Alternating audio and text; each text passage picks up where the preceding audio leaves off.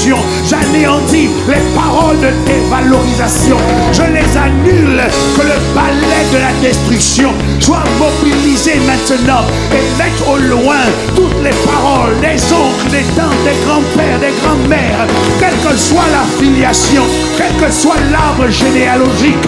Il n'est pas plus grand que l'arbre de la vie. Jésus est l'arbre de vie et nous mangeons le fruit de l'arbre de vie. Cet arbre produit en nous la vie, il produit en nous le vouloir et le faire. Ces paroles t'ont mis en dépression, j'annule la dépression. Ces paroles ont construit des complexes. Je détruis ces complexes. Que les paroles mauvaises soient explosées dans le monde des esprits. Je leur retire la teneur de leur pouvoir. Je les stérilise au nom de Jésus. Elles ne produiront pas de résultats, ni dans tes études, ni dans ton travail, ni dans ta carrière, ni dans ta famille, ni dans tes relations. Tu ne vivras pas la malédiction, car tu es béni de la bénédiction de l'Éternel qui enrichit et qui ne se fait suivre aucun chagrin. Satan, je retire de tes mains les paroles mauvaises que les hommes ont prononcées. Je retire de ta bouche les arguments que tu as volés dans la bouche de ceux qui étaient en colère. Satan, je retire cela. Je te prive de la parole. J'impose le silence au vindicatif.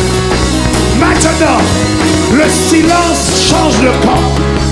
Nous parlerons la parole de l'Éternel. Nous prononcerons les oracles de Dieu. Et nos paroles seront suivies des faits. Dans cette nation, dans ce département, dans cette ville, dans nos maisons, nos paroles produiront des résultats. Impact sur impact, impact sur impact, impact sur impact. Que la nature entende lorsque tu parleras. Que les éléments entendent lorsque tu déclareras. Que l'or et l'argent écoutent lorsque tu les appelleras. Dans le nom de Jésus. Dans le nom de Jésus. Dans le nom de Jésus. Qu'il en soit ainsi que je l'ai déclaré.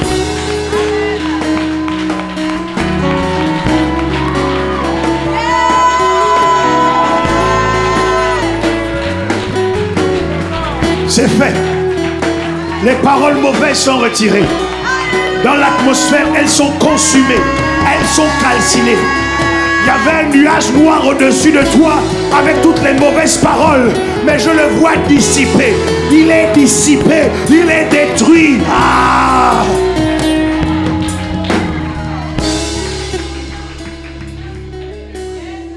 Je t'appelle faveur.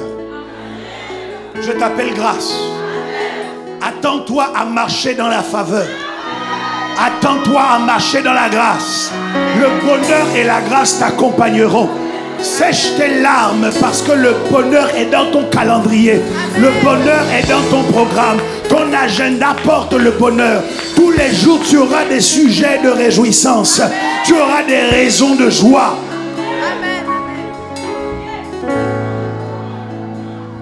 Au nom de Jésus.